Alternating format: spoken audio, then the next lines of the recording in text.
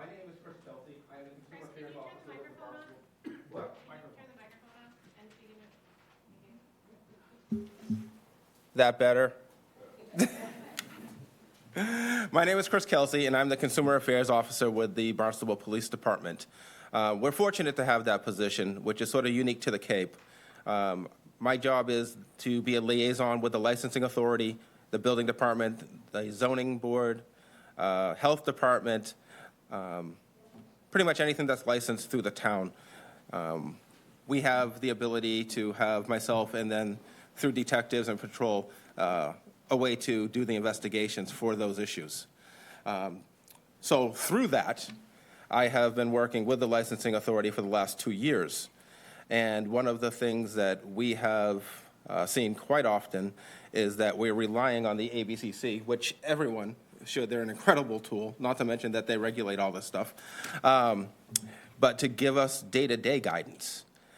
So when Aaron and Liz, prior to Aaron, and I talked, we discussed having this regional training so that we could probably ask some of the questions that we normally ask and then get the same information to everybody else that's in this room.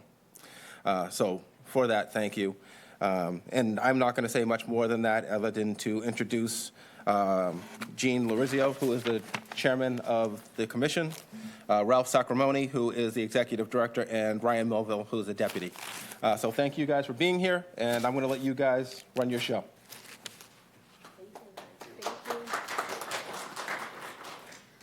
Good morning. Thank you, Officer Kelsey. We want to first thank Barnstable for putting this together. Officer Kelsey and Erin were instrumental in helping organize this, so we appreciate that. And thank all of you for being here, and thank you for your partnership, really.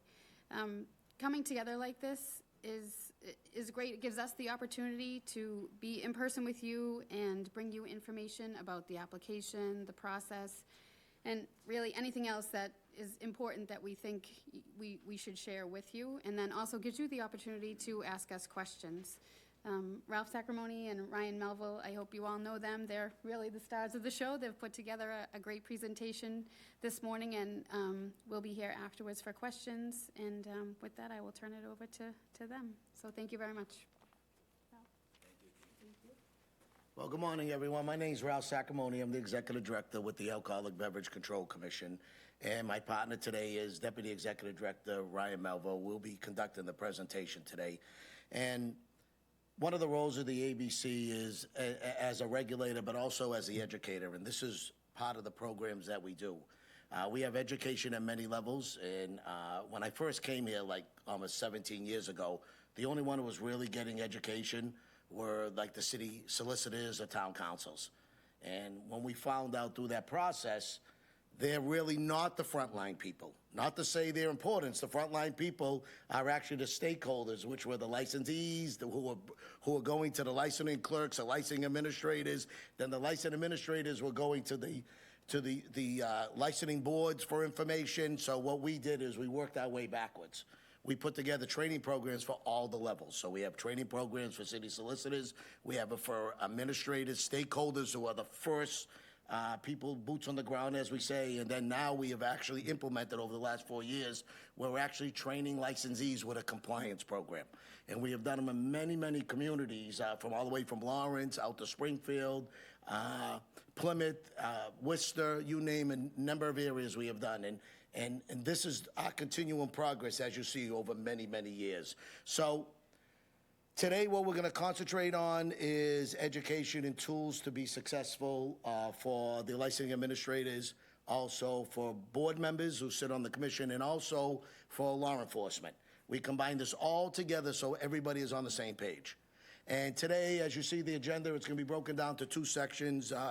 The first part of the presentation is going to be done by Ryan Melville, and he's going to talk about everything that will make the first line, as we refer to as communication, which are the licensing administration and licensing clerks, tools to be successful.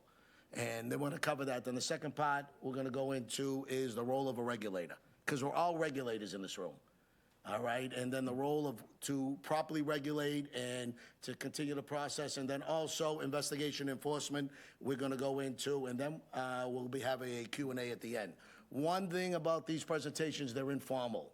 We ask questions about every subject we talk about, so don't feel free to, you have to wait to the end. The only rule I lay across the ground, if there is anything pending before the ABC Commission, we cannot discuss it because we have the chairman here who sits on the board who have to recluse herself from that hearing. So I'm going to say that's the ground rules. Is we could talk hypothetically about anything else, but if it's a pending issue before the ABC, it's forbidden to speak about. Any questions? All right, I want to turn this over to the Deputy Executive Director, Ryan Melville. Good morning. My name is Ryan Melville. I'm the Deputy Executive Director with the ABCC. So I think I've either talked to most of you in this room at some point, or you've gotten an email from me at some point, as I'm myself and Ralph are kind of the point of contacts for every municipality in the state. So what I'm going to discuss today, and you have, I know you all have a outreach training agenda. So we do a lot of these trainings. So anything that you might hear today that you later down the line have a question, I send out an email at least once a month, and I'll do trainings on online. So basically, it would be interactive training through Microsoft Teams. So especially for newer folks, if you have a newer person in your office, maybe a newer board member, somebody in the law enforcement that would like to get some of the resources, we can absolutely do that. I try to send them out about once a month. We usually get 30 to 50 people on there. And it goes over a lot of what I'm going to discuss today. And also, myself and the head of our licensing department will stay on with me, and we'll answer questions that might come in. Sean Walsh, who oversees the licensing department, he's great, and that was my role before. So if anybody been around for a long time, I went from there to where I am here. So what I'm going to discuss today, one of the big points of emphasis that I say in every training is the Liquor Control Act is like 700 pages, and it's from the 30s, and it's been changed a number of different times. So one of the points of emphasis I say is don't try to memorize. That's where a lot of mistakes come into place. We've put a lot of resources online so that you have reference material. So sometimes you might tell a licensee you can't do something. That might be helpful if you have a specific ordinance and you cite it afterwards, or you could say, look, you can refer to the happy hour regulation, and I'll show you that. So a lot of what I'm going to say is useful material as reference, because that will help you as law enforcement, help you as a clerk for a board, or help you as a board member, somebody as a constituent, or somebody in the community asks you if they want to do something, and this is not a bad person, they're just a business person, they're trying to enhance their business, and they might ask you to do something that's not permissible. Sometimes it's not helpful to say you just can't do something. It's good to say you can't do something. Here's a resource that tells you here why in the citation.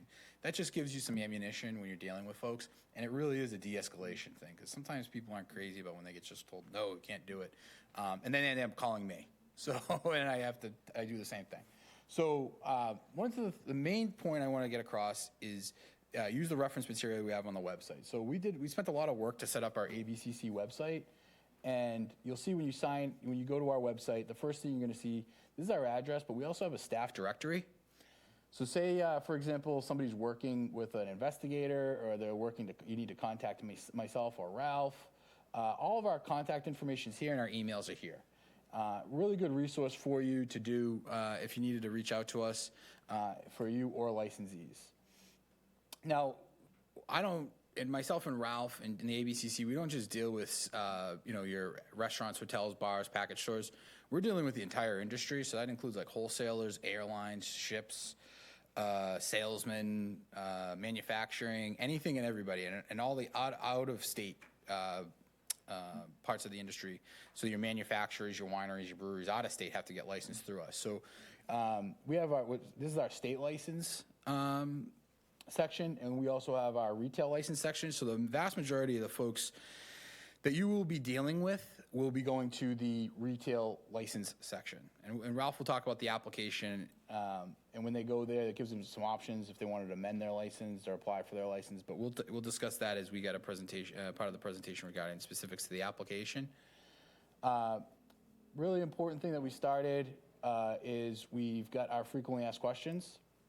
So for everybody in this room, whether law enforcement, regulator, you're a clerk for the board, or you're a board member, we have our frequently asked questions.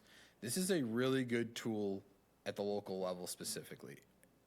We spent about 5 years collecting the most common questions we received, and we took all of those questions and we basically baselined them, so we got the flavor of the question that anybody would get, and we have the answers here.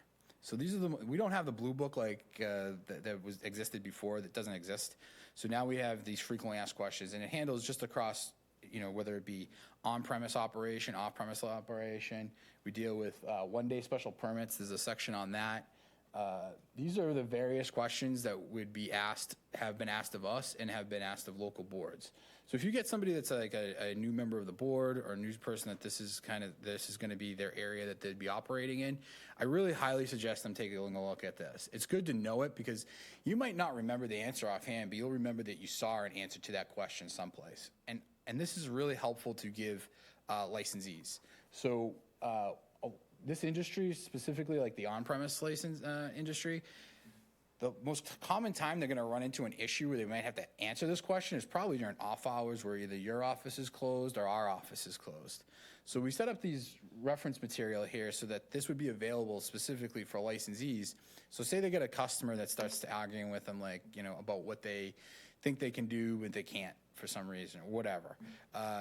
I always suggest that the licensees should have this available on their premise so that they can either train their staff or they can de-escalate a situation where like an angry customer wants to bring a case of beer onto a premise and they can't, or whatever the situation might be. This is also, they would be able to have that available to them and those off hours to refer to it. The other thing too is when you're dealing with like an applicant and you see their past history and say they haven't, managed a license before, this is really something you can emphasize that they take. When you hand them their license, when they come to pick it up, if they get approved, you can say, hey, here's a copy of the frequently asked questions to have available. Also, it's just one of those things you can always say if they ever do have a violation, well, you can't say you didn't know you couldn't do it because we gave it to you. So it's just one of those points of emphasis. The other thing we did is we've actually put these in multiple languages. One of the issues is that, sometimes staff members, English is not their first primary language. And so we've provided this so that if anybody does come before your board and they say they, for whatever reason, couldn't understand the frequently asked questions, they're available in, I want to say it's like 12 languages. So we had that professionally done, so that's available for any licensee and that they can have it for their staff as well. So I'm going to kind of I see for the agenda, but while we have some of this stuff up, I'll just touch on it. For the main point that I really do, I send this out in links whenever I send out an email to local boards, is the resources for the local licensing authorities. And the reason that this is really important is because so much of what you're going to deal with or what you would need to refer to is going to be on this page. So when you were to go to resources and forms for local licensing authorities, you're going to see the first thing is the licensing authority certification form, which is a legal document that the local board would fill out after approving an application. Obviously, it has the transactions that are required. This is the proposed transactions, and then the proposed information would be filled in. So whatever your board did approve is what they would fill in here. So say somebody wanted to do an alteration of premise, and in their application, they have a description of premise for a patio, and that happens to be in a residential area, and your board says, that's not appropriate for that location. You wouldn't put that description of premise if they would approve without the patio on the description of premise here, because that was not what your board approved. So you don't want to copy and paste the description as the application is submitted to you. You want to identify what your board is actually approving, and that's what you would put in the description of premise, because that's the description of premise that you're going to be sending to the ABCC that we will put into when we approve the license, that will be the approved license description of premise. It's really important to know, just in case somebody ever calls and says, if you ever do find somebody that's operating outside of their premise, and they say, well, I put it in my application. Well, that might not have been what the board approved. And part of that would be at the bottom of this page. You'll see the decision of the board. You'll see two answers. One is approves this application, and the other is approves this application with modifications. You would just note that. Okay, so that just ensures that we know what we're looking at when we're actually doing this. So this is an important document for boards and for the clerks of the boards. Some of the other things you're going to see, we're going to talk about a little bit, is the application guide. So the guide that you have in your PowerPoint that you have available to you today that Ralph is going to go over, will be found here. So if you ever have to refer to it to another staff member, it will be here. The holiday calendar, this is really helpful because it's actually gotten easier as the laws have changed to minimize the amount of impact on the actual changes in the holidays. So you'll see here the holiday calendar. I usually suggest if you're a smaller community, and it's not as easy for like a city of Boston to hand it out to 1,200 licensees, but if you have 30 or 40 licenses in your town, whenever you hand out the renewals, we send the holiday calendar out prior to the renewals. You can hand this out to the renewals, and it will tell you when they can serve, when they can't serve. And it's also helpful if you get complaints. One thing that's the most common change has been package stores. So package stores were not allowed to operate on Memorial Day, and now they are. They have to open, I believe it's at noontime. So I still get package stores that will call me to complain about a competitor operating on Memorial Day, and I sometimes have to remind them that they can now, and here's the reminder of it. And the only reason they do that is because they just haven't looked at the updated calendar. We have some other, anytime our renewal presentation, we'll upload that here just so that's a resource for the local licensing authorities. We won't really get into renewals today because we're past both renewal periods, but if you ever needed to reference it, you'd find it here. And then just different information as we update it, we would put it on here. So there's resources for the local licensing authorities is good for, I think, anybody at the municipal level that is operating or dealing with licensees. And our application submission process, all applications should be submitted electronically to the ABCC. So that does two things. Number one, it gets it to us faster, it gets it to an investigator faster, it gets the application approved faster, or reviewed and get it before the commission faster. Additional to that, it's also a record for you. So there was a time where people would mail, and actually the Cape was one of the places sometimes would have some issues with mail. But there would be a time where people would say, oh, I mailed it. Well, we didn't get it, or whatever happened. Who knows? Because sometimes it's not you mailing it. It's somebody that's collects it at your town that then organizes it and mails it. It could be something along those lines. Now everything can be electronically submitted to us in a safe and secure fashion. And you will then know that you submitted to it because you'll get a record ID. So you'll always have a copy of the application. So that kind of does a couple things for you in your account. So you want to make sure that to utilize that, gets it to us faster, and it's safer. During the pandemic first started, some communities, some smaller communities that had maybe they didn't have the best technology in their town halls, we had some folks that would submit applications to us in like their personal email. That's a no-go. There's personal information forms on that, and that's problematic. The people that did it had the best of intentions, but I immediately had to reach out and be like, don't do that. If you can't use your official email, or you can't do it in your proper channels, do that. So we developed this, and that's how we got to this. Now, this also, when we do another training, I won't do it here because it'll take some time, but I'm planning on doing like an e-licensing training that will show you how to access information and show you all your active licensees in your town through the e-licensing portal. It's good for the boards, it's good for law enforcement to get a feel of everybody that they have. We can send you reports about all your active licensees and all the information we have for them anytime you wish. But this would be kind of real-time data for you that would be able to access. So we're going to be rolling that out over the summer and doing some training on that. Any questions thus far? All right. So the other thing I'm going to talk about is for the application checklist that Ralph is going to discuss in the application. But one of the main points of emphasis we just want to bring up, and this isn't really for me, is every application has the checklist included in it. So anybody that comes to you and says, I don't know what I need to provide, they might be talking at the local, sometimes local licensing boards had slightly different requests than like the ABCC. So again, remember what we have in our application is covers statewide. So it's intended to be broad so that we give the local licensing authorities the discretion to ask for what they believe is important. So you'll see this checklist here. So if, I know every community is slightly different, so sometimes they have law enforcement review the applications. Sometimes they have the city solicitors or town council, legal counsel review the applications. There's never a scenario in which somebody doesn't know what they need to provide. All right, so we wanted the local boards and the ABCC to be operating off the same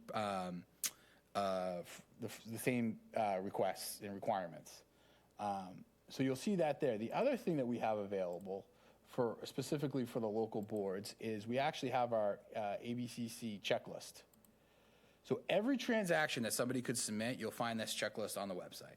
All right, so sometimes this is one of those things I say you can print out and have available, because don't be in a situation where somebody submits an application, you're not not sure whether you're doing a butter notification or advertisement, just look at this. And some communities require a butter notification no matter the transaction, or there's certain requirements for how many feet away from the property. The ABCC is very specific about the transactions that require butter notification and advertisement. You want to make sure you do those. That's just a headache for the licensing boards. So for example, say you approve something that required a butter notification, but you never did it. That just means that thing we're going to send it back. And that means you're just going to have another public hearing on it, which just slows everybody down. So you want to just pay attention to that. And if you're not sure, just check. Okay, and you can always give us a call, but I'm going to tell you to refer to the checklist as well, because I checked the checklist and I wrote the checklist. So if I'm checking it, I do it just because I don't want to make that mistake, because it's expensive. And at the end of the day, we want the right types of licensees to open and operate in a good manner. So this is something I would have available so that if you ever have these questions, you'd be able to research it, respond to them in an accurate way. All right, so we touched on the ePlace portal, and I'm going to do some stuff with that in the future. That's really, for the clerks in here, I really emphasize using that, and because we're going to be in a position where we'll be able to expand that a little bit, and you're being notified of your approvals electronically as well. So we're emailing you the approvals, but we're also CCing the applicants so that you're aware of that. And then obviously that goes with our return no actions. So every once in a while you get an application you submit, we'll return it no action because the investigator needs either further information or there's something that's in there that maybe requires a local board to approve it. That a return no action is not us saying that you did something wrong. It has absolutely no reflection on the local board. It's more of a situation of something that we check that might not be the emphasis of the local licensing board, that requires either more information or maybe they didn't get back to us or anything like that. So we're going to email those back to you and notifying you of those. We're also going to do an upgrade at some point in the next 6 months to kind of enhance that a little bit, make it a little bit faster, and that would come directly from the agency. A couple other things on the website just to be aware of. Is our ABCC publications. So if you ever have a question about an advisory that we sent out and you're wondering where you might be able to find it, you'll find it here in the commission advisories. So like this could be anything from like alcohol infused ice cream to outdoor patio regulations. It can be anything. And it goes back some ways. So I really suggest having if you have an opportunity to take a look at that. I know Ralph's going to talk about some of the disciplinary and actions that can take place. So the other thing you'll have is commission decisions. And what's really helpful here is if you can look up by town commission decisions. So if you wanted to see all the decisions by the ABCC specific to your community, you could select this and it will pull them up. It's a little slow. But you can search by town, you can search by year, and you can then take a look at that. And that's helpful for commissions, our local boards, where you can then use that, you'll see here is a list of them. And then they're also by community. So you can get a flavor of how the commission has written decisions or is dealt with if a licensee references they were before the ABCC, before your legal counsel or you at the local board could pull up that decision to identify what was actually occurred. All right, and before I hand it off to Ralph, a couple other just points of emphasis to take a look at. We have our special licenses and permits section. Here you will see the various types of special licenses that somebody could apply for. One of the key ones, the most common, is the Section 14 one-day special permit.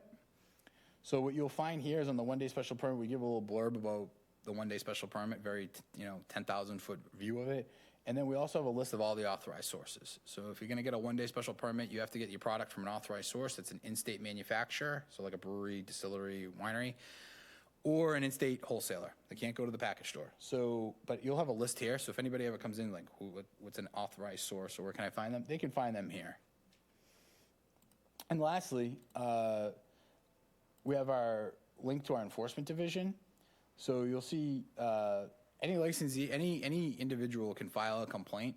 Sometimes I do get calls from local boards that will be like, they'll say, hey, our board wants to report something to you. And Ralph will discuss this further, but the local police department has all the same authority as an ABCC investigator, and if something does get reported to your board should take action locally on that, and especially if it's a safety concern, that be handled as soon as possible. But we do get complaints filed, and Ralph will discuss that, and it essentially it's handled by an ABCC investigator. If anybody wanted to request training by our chief investigator, Ted Mahoney, he's very available, especially to local law enforcement. Please feel free to reach out to him. And then we have some enforcement data, and then identify card security questions. So that really wraps up my overview of the website and the resources for the website. I know Ralph's going to get into the application itself. But a couple key points, just use the resources we have available. They're there to help you. And that's based on, anything that we put on here is based off of common issues that we find statewide. The other thing I always say is there's nothing that you're dealing with that somebody else in the state hasn't already dealt with or a flavor of. So especially on the Cape, most of your communities have very similar issues. Or we might find similar issues somewhere else in the state that finds that. So you're a lot of seasonal licenses in the Cape. So like your seasonal renewals are much busier for seasonal renewals than say another part of the state. So if you ever have any questions, we're absolutely available for you. We'll have more trainings online. And if anybody has any questions for me, if not, I'm going to hand it off to Ralph Sacramone. He'll get into his section of the presentation. Thank you. Sure. You want to start off with the application presentation? Yeah, number 2.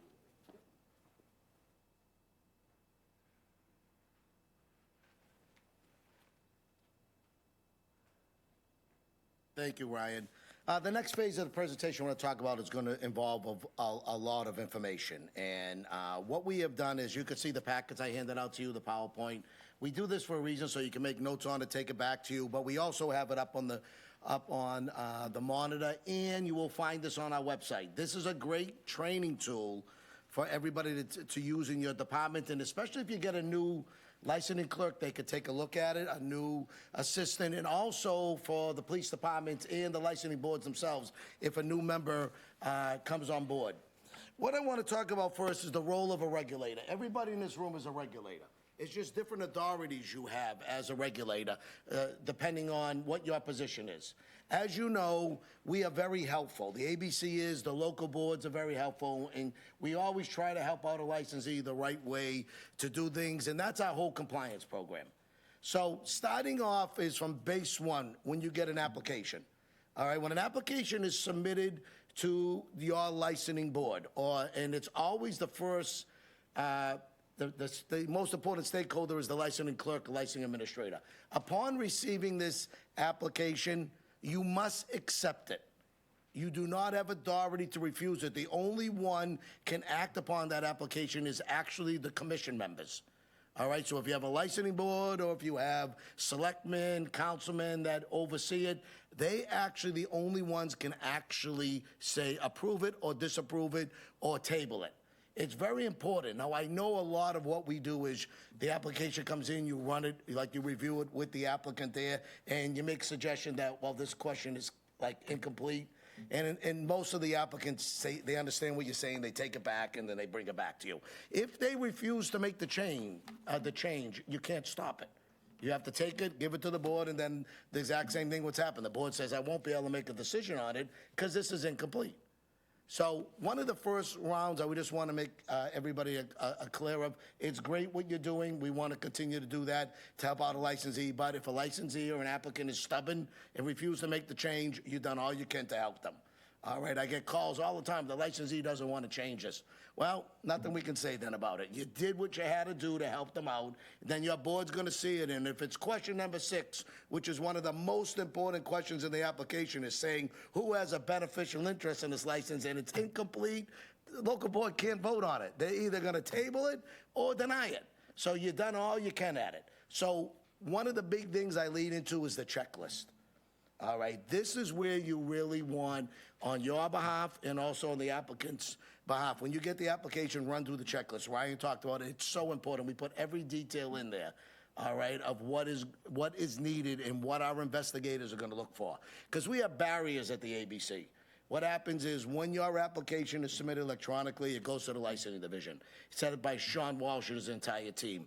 And one of the primary roles that the Deputy Executive Director, Ryan Melville, does. He oversees the licensing division. He also is the champion of the Acela process. And what we do, we built these barriers into it to make sure when an application comes in, it goes through certain reviews. And if the reviews are right, then it moves to the next stage, which is investigators. Then if all of the documents are there, the investigators do what they need to do. If it's an on-site, to do an on-site.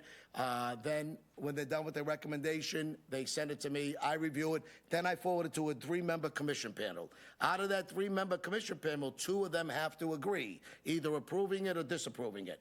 The reason why I talk about these fundamental steps, if an applicant follows those steps, the local board follows those steps, we can turn that application around in approximately 4 weeks. It's when something is missing and it gets by the local board, the applicant forgets it, it gets by the local board, it comes to the ABC, all right, it's assigned to an investigator is going to look for it, now it's not there, so we're reaching out to the applicant, may not be responding, sometimes we got to RNA it, which is a gift from the commission. It's not, if you go to most state agencies, you apply for Division of Professional Licensures, or you go to the registry, you make a mistake on your application, they deny it, they make you apply again. The commission doesn't do that because they realize the process there is. Because if everybody here knows, you have to get approved by the local board first. So that's most likely a 4-week process because you have to time it with the hearing, you have to time it with the 10-day advertisement. So that's 4 weeks through the local board. If everything's right, it's 4 weeks with the ABC, it's an 8-week process. If it's turned around, you're talking adding in, if it goes back for an RNA, you're talking about maybe another 4 to 8 weeks if it have to be re-advertised and reapproved again. So it's important to use those tools, all right? And you can only do so much with the applicants, all right? But by saying to them, you are missing this is going to delay you 3 weeks, you're probably getting their attention to do it the right way. So it's important that how important the barriers are, all right? And that each one of them is achieved to move these applications forward. Now, in your packet, you're going to see the application. All right, and then we're going to bring this up on the monitors right now, but we emphasize the most important things on this application. Now, when you, as a licensing clerk, are reviewing it, or when it becomes formally presented to the commission and they're reviewing it, I've highlighted the areas that we have concerns with. And we just want to make sure everybody's on the same page, but we want to tell you why we have concerns. So if you're looking at page 1 of the application, a lot of this is self-explanatory. A lot of this drop-downs you see at the top, you just hit the drop-down, it selects it exactly what you need, if it's a general on-premise, a type of license. One of the weakest parts that we see is question number 3, is description of the premises. Now, 99% of the licensees do this correctly, and they're not what we refer to as selectively forgetting what they want to do, or they're adding in more than what they're telling the board. This is important. So what a licensee writes down here is what you're going to put on the LLA certification. And then at your meeting and your board members begin to ask questions and so forth, you want to make sure as a board member that what they're asking for is what you're approving. All right, so if it's a 2-floor building, and they come in and they're saying, we want to license the first floor, 5,000 square feet, a kitchen, this and that, all right? And they do not ask for approval for the basement is not on the licensed premises, all right? So if they say at the hearing, oh, it's 2 floors like the store in the basement, if it's not on the description, you have to amend it. Because if the description comes to us, what the original one is, that's what it's going to be to match your LLA certification. So it's very important that when it's a 2-tier building or it's a building is broken into suites, that everything is delineated there. Now, as you see in the question, the ABC asked for square footage and all of that. That is for our enforcement end of it. We are totally mobile at the ABC. Is basically when my investigators go out to do an on-site, they have all the information in front of them, either on their laptops, their phones, or whatever. They have the application that was sent in from you electronically submitted to them. So the application you send in to us, received by licensing, if everything's right, it's probably within a half an hour, it's already with investigation enforcement. Then it's assigned to an investigator, then it goes in there, it'll go through their review if it's an on-site need or if it's just a transfer. At this point, what is in front of the investigator is the Bible. That's what they're going for. So if they get to a licensed premises and they say, okay, it's the first floor, second floor, then there's a 3rd floor, but that 3rd floor is not on it, they are not moving forward. Now, if the licensee says, I did get approval for the third floor, there's where the communication will start. We will reach out to the licensing clerk to say, did the board officially approve the third floor? And if it was, we just ask you for an amended LLA certificate, and it's on its way. If the board did not approve the third floor, all right, then at that point, the investigator writes in his recommendation report that the third floor was not approved by the board, and the commission is only going to rule and look at the evidence on the first 2 floors. So that's how important it is to make sure the description is right. Because if something gets approved and your board did not want that outside area approved, even though it was in the description, and they did not make a record of it at the hearing, you know how long it is to get that area away from the person, because everybody gets due process. So it's important to make sure that the description is correct. Any questions on that? If you jump to page 2, yes. When you gave the example of the basement not being included, and that comes up and is noticed at the hearing before the local licensing board, do you have to have a rehearing, or could the board approve that subject to making that modification on the application? It's depending how the board advertised it. If the board advertised the licensed premises being at 1 Main Street will be a general on-premises, all alcohol license to encompass the whole building, the answer to that is no, you don't have to re-advertise it. But if it says, some boards get very particular because they want, it's the first floor of 1 Main Street, 5,000 square feet. So the answer to that was yes, you would have to re-advertise it. So if it's encompassing the whole building, you would not have to do that. But if it's anything different from what the advertisement is, yes. And the reason why we say you have to re-advertise it, you don't want anybody challenging it. And competitors will challenge it. So what happens, they'll challenge it to the ABC, we'll have to put the application on hold, the investigator will take that challenge or that complaint, or what they call a taxpayer's petition, and they will review it. If they find the substance there, it goes to the commission. The commission will rule on it. The commission says, yes, this was improperly advertised. So what happens is they're not denying the application. They're referring it back to the local board. Then you go through the whole 4-week process again, because you need 10 days to advertise it to get it back. So it's so important that A, B, C, and D are followed before it comes into that. Any questions on that? Yes. Is there any requirement to have any of your occupancy or capacity in that description? Because one of my board members wants that on all the licenses, then they've got that as part of the endorsement. Well, 2 things is, number one, you talk about on the advertisement? Or even, yeah. Yes, on the advertisement, it's your choice. Okay, the primary things we look for is the entity name, which is going to be on the application, what the transaction is, if it's a new license, the address, and whatever else you want to denote on it. If you want to add extra items into it, you work that out with your general counsel or your board or whatever it is. You're all set to do that as additional items. And then you use that. Now, remember, when you use that for one, you got to use it for all going forward. So any additional conditions or statements, you work it out right with your town council. Any questions? Remember one thing, ABC doesn't have jurisdiction on occupancy. All right, the only one that has jurisdiction on occupancy is the building department. It's stated right in state law, this square footage, you'll have this amount of standing, this amount of seating. All right, so that comes from the building department. At that point, it goes there. All right, it goes on to the application, it stays in there. And what we use it for is when we have say we got a complaint of overcrowding. My investigators go to that facility or that licensed premises, they're going to look saying, according to your application, you're only supposed to have 300 people in there. You got 350 here. This is overcrowding. All right, and it's written right on the license when you issue the license, or excuse me, the building certificate or occupancy certificate, that's what it is. So that's why it's important that we ask for the information here. And some of them do get changed because depending on what goes on and the interpretation of the building department, whatever changes there are, we actually double check on the occupancy permit while we're in the actual licensed premises. Any questions on that? All right, let's go to page 2.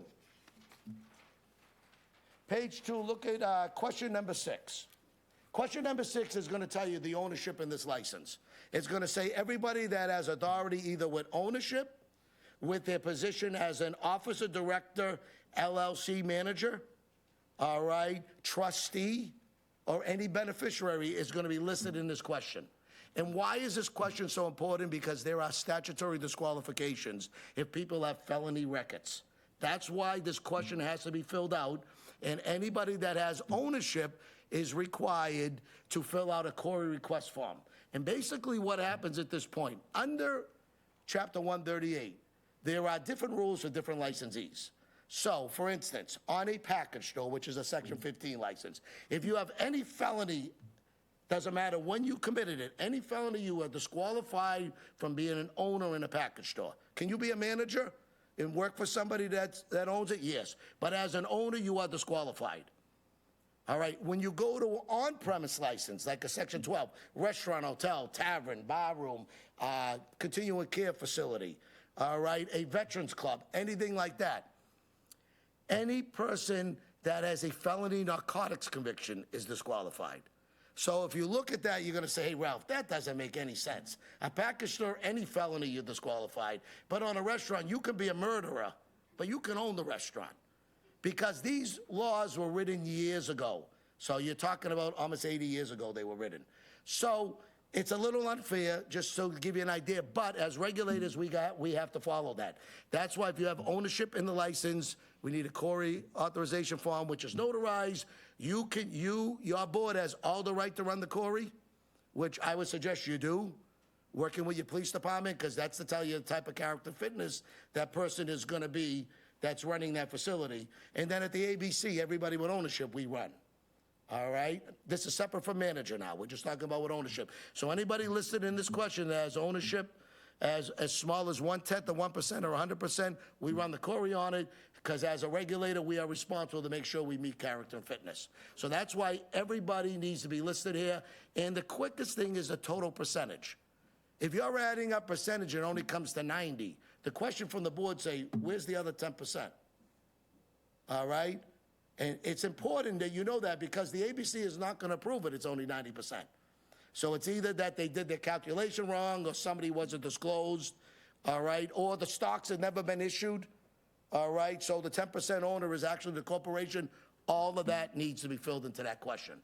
And then the other columns in there, as you will see, are you a director or an LLC manager? We need that to meet the corporate law structure that's required. If you have, for instance, say you're a corporation and you have 2 owners, you're required to have 2 directors, unless there is an exemption in your articles. That's why that question is there. Plus, we use that to verify what you are saying when we check your articles of organization. They are saying Chris, Ralph, Ryan, and Gene are 4 directors. We look at your actual articles you submit to make sure it matches. All right, because that's what you are registered in the state with, as the corporation or an LLC manager. All right, if you are a sole proprietor, all right, there are no articles. The sole proprietor, when you get to this question, should be 1 person at 100%. If someone comes in saying Ralph Sacramone doing business at Sacramone's Pub, I'm a sole proprietor, it should say Ralph Sacramone 100% owner. If you see Ralph Sacramone 50% owner, and then Elaine Sacramone, my wife, is the other 50% owner, you're not a sole proprietor. So that's when the red flag comes up, and you would have to just say this doesn't meet the guidelines. They would have to get legal advice from their own counsel on how to set up their corporation.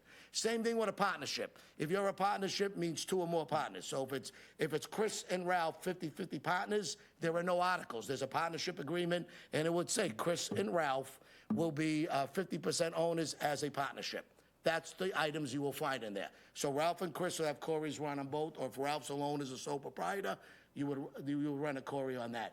This is the best way to judge the type of character and fitness. This gives you the ability to make that decision if you want this licensee to own a license and operate in your municipality. And you can use the Corey as part of your decision-making. Any questions? So the question comes up all the time. We get the ABC on a Section 12. Someone has a DUI. Are they disqualified from owning a restaurant? No, you're not. DUIs do not disqualify you. But can it give you, if a person has had 6 DUIs, all right, in the past 3 years, and he's going to be the owner and the manager of it, you have the right to question that.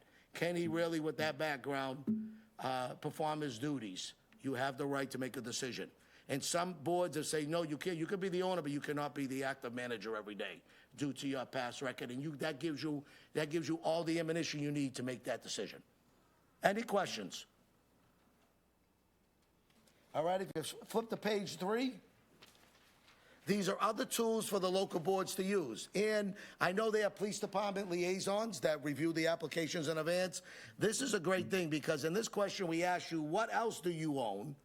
What have you previously owned? And what has been your disciplinary record?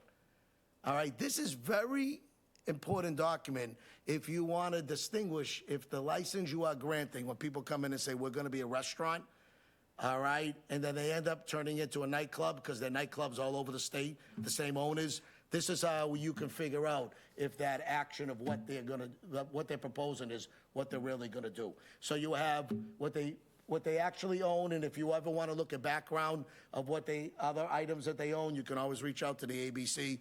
Just submit a public records request. We can send you their active file of all their other licensees, or the question is, have they ever had any other disciplinary action? If you want to match it up to make sure that they're telling you the truth, these 3 boxes in question 6A, B, and C help you make that decision. So if a licensee comes in and we get applications, all 3 of these questions are blank. The commission is not going to move forward on approving it. All right, we're going to ask the licensee to fill it in, and if they do fill it in, we're going to ask them to send a copy to your board so you can see what they filled in. Now, they all may be no. They have never been a licensee before. They don't own anything else. They never had a plenary action. Send it to your board. You can just put it in the file. Now, if you did see that they did not answer that question because of their past action, then it can bring up a red flag. And you can ask for that application to be returned for your board to evaluate it together. Any questions? If a board votes without these 3 questions being issued, you're leaving yourselves wide open, that you do not know what this person is, what other types of businesses they have. And we see it all the time. Remember, if the license is issued, it's going to take almost 2 years to get it back from them. All right, because everybody gets due process in between the appeal process, and because you can appeal to they can appeal to the ABC. Then if they don't like the ABC decision, because we concurred with the local board, they can appeal to Superior Court, and it's no quick decision process. It takes time because everything is reviewed, everybody gets due process. So use these to your advantage of making the decision. Any questions on those? This is important for the police departments too. So if you look at question 6C, a disciplinary action, you can call us and ask us for any reports we have, or you can reach out to this, like say they have a license in Boston. All right, they might have numerous violations with Boston, and now with the ABC, you can request that information. So it gives you a good tool to see what's going to happen. Because these places start off as a restaurant, then they end up a nightclub. And you know what happens when you end up a nightclub is what happens at 1, 2 o'clock in the morning when 200 or 300 people are emptying out onto the streets. It puts a big strain on the police department and the surrounding neighbors. So this is a good way to figure it out in advance of what you're dealing with. Any questions? All right, you jump to page 4. Financial disclosure and source of financing. As you know, outside a coin-operated machine, the alcohol industry is the biggest money laundering out there. So much cash goes through, especially with the type of business you have from restaurants and hotels and clubs and so forth. So we peel back the onion here. For what you say, we verify. So you answer in question number 8, here's what I pay for the license, here's what I'm investing into the remodel. Then we're going to ask you, where did the money come from? People can have it cash from their accounts. We ask for a backup of their accounts. They're getting loans from the bank, Bank of America, Citizens Bank, Rockland Trust. We ask to see the note agreements, and we ask to see who are on the note agreements, because that'll be the first grounds of telling you if there's hidden ownership. Because if you are disqualified because of a narcotics conviction, people do put shills in there. And people don't know what it means by a shill. They put a phony person there in the front end, and then they sign for all the loans, and they're really receiving the benefit out of it. These documents help you to see that. If you see it's only Ralph Sacramone on the license, and then you see Chris is named as getting the loan, you want an affidavit from Chris. Do you have any interest in this license? You want him to sign an affidavit. So at the end of the road, when you issue that license, you found out Chris has 50% ownership in it. That's perjury. You have the right to revoke that license. That gets the hidden ownership out. Plus, it tracks the paper trail on money. Now, can anybody loan money to a licensee? Yes, as long as you're not another licensee. So if you want to get a personal loan from a parent, a brother, a sister, you want to go and borrow it from your 401k, you can do that as long as everything's backed up. Can you get a loan from a financing company other than a regular one like a bank? Yes, you can, as long as we're going to ask, where did the money come from? And we're usually looking for 3 months of bank statement or a letter from the bank saying that Ralph Sacramone, who is loaning this money, has $300,000 in our bank on the bank letterhead. That's the backup and the verification. Does anybody have any questions on that? No other questions? And then if you look down the bottom there, you see number 9 on it, pledge information. I just want to take a couple of minutes to explain about a pledge. All the pledge is, and it's a unique tool that helps the licensee create collateral so that they can get a loan from the bank. So we'll just pick Rockland Trust. All right, Rockland Trust finances a lot of food establishments, between package stores all the way up to restaurants and hotels. And one of the things they realize is the value of the building is also the value in the license. Now, for example, the city of Boston right now, an all alcohol license, the most recent one, just sold, just the license, for $575,000, the license. There is one that's in front of us right now with a pending transaction for $600,000 for the license. So the banks have realized there's value to the license along with value to the property. So what they will do is they will loan their money and they would ask for a pledge of license. Now, all a pledge is saying if they default, all right, the bank we'll just use the term foreclosure process on it. The bank has the right to the license, but not to operate it. If the bank wanted to operate it, they would have to come through a transfer process and get total approval by the local board and the ABC. But what this does, it creates the avenue for a licensee to be able to get money for the bank and put up the license as collateral. So if it does go bad, the bank will send notice saying that they are foreclosing upon it. They're going to sell the license. They will act as the licensee to sign the documents to sell to a new entity, and then you will approve, your board will approve the new entity through a transfer application process. Does everybody understand that? Now, it's the discretion of the local board if they want to accept pledges.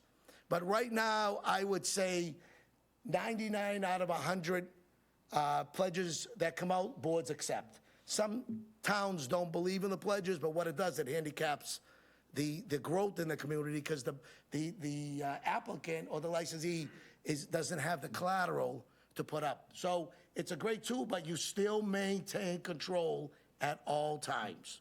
The only role of the foreclosure or the bank would be they would sign the transfer document, all right, saying as a foreclosure piece, they will have the foreclosure document, they would sign that they had the UCC filings, then at that point that will give them, because they already had the pledge was approved in advance by your board and the ABC. Any questions on that? More and more I'm seeing on 2 out of every 3 package store transactions, there are pledges coming in to put up for the money. You will see pledge of license, you will see pledge of inventory. Because anybody knows what it costs you to open a package store, it's $80,000 just for inventory. So the bank is securing the inventory, and they're also may ask for a pledge of stock. Now, stock is not inventory. Stock is the corporate shares of the company or the LLC beneficial interest. So there's some people, especially if you see like the Darden Corporation, they own many restaurants throughout the country. You see a lot of their pledge agreements involve the license and the corporate stock, because the value of the corporate stock for a company that's worth $10 billion, they want the value of the stock too as a collateral. So it's important you will see those 3. So the licensee would request through a corporate vote to approve those, and then you would see the documents. So with a pledge agreement, you need to see the promissory note, and it has to match the amount that's in question number 8 and 9, and then there will be a pledge agreement.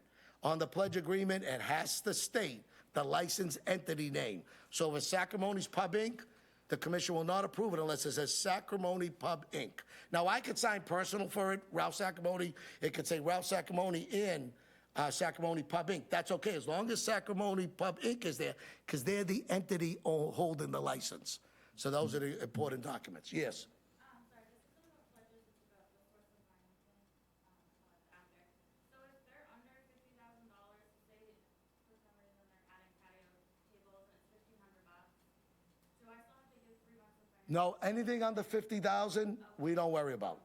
Everything over 50, you have to produce it. So you had a question? You had somebody that was privately financing a business with a license pledge, and they ended up taking back the business because there was a default, and they didn't want to sell the business, they now wanted to operate it. Would they just apply now for a license to operate the business? They would go for a transfer. They would transfer that license to them, all right? Because they are responsible in the transfer for everything. If they're taking it back through foreclosure process or defaulting on the pledge, they're absorbing everything in that license, including the DOR taxes, the DUA taxes, and any outstanding invoices that owe to the wholesalers will transfer to the new party. So they would now be both the transferor and the proposed transfer? Yes, because you will see it up front saying, if it's a happy divorce, you will get the present licensee to sign. If it's an unhappy divorce, which a lot of them are, the pledge documents will show that they pledge a license, they invoke the pledge because of non-payment, and you will see both on it. Because you have already know by past approval that they have the right to the license. You will still approve them for character fitness. They'll submit a whole application, the right to occupy, everything on a transfer. And they would have to get tax releases. Any questions? All right, if we move to page 5. Page 5 is talk about question number 10, manager's application. This is probably one of the most popular applications you will see, like a change of manager, or every license usually has a manager tied into it for a transfer or a new license. We'll always have that. So if you're looking at this, this is under Chapter 138, Section 26. It requires the commission to approve everybody according to character and fitness. So if you are the owner or you have no ownership at all, you are still required to look at character and fitness. So we require Corey's on all of our managers. So the same thing goes with the local board. You can't share your Corey with us, all right? And for Corey guidelines and everything, you should speak with your town council. When your police department runs a Corey, it's presented to the commission. The Corey stays always in the municipality. You never put it in the application because it's a violation of Corey law. So whatever Corys you run, it gives the tool. The police department runs it. It gives the tool to the local board or the selectman of the character and fitness of this person. So it's with ownership or without ownership. So you want to make sure that Corys are run as part of your decision, and don't be afraid as a board.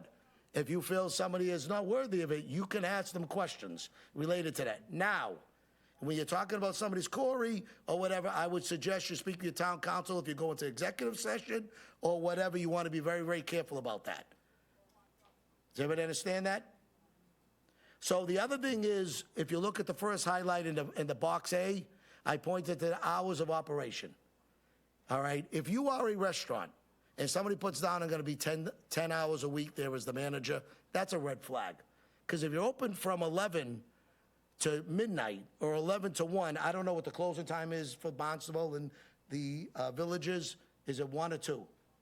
It's 1 o'clock. So if you're open from 11 to 1 every day, add that hours up a day, times 7 days a week, and you as a board saying you're only going to be there 10 hours a week, there's a question mark. You need to ask those people why you're only going to be there. And if they don't give you an acceptable answer, you have the right, that's a decision not to approve that manager. All right, so it's important on that you want to make sure that those hours are acceptable. Now, we have had people put in they only have 5 hours a week as a manager. They may be a VFW only opened on a Friday and Saturday.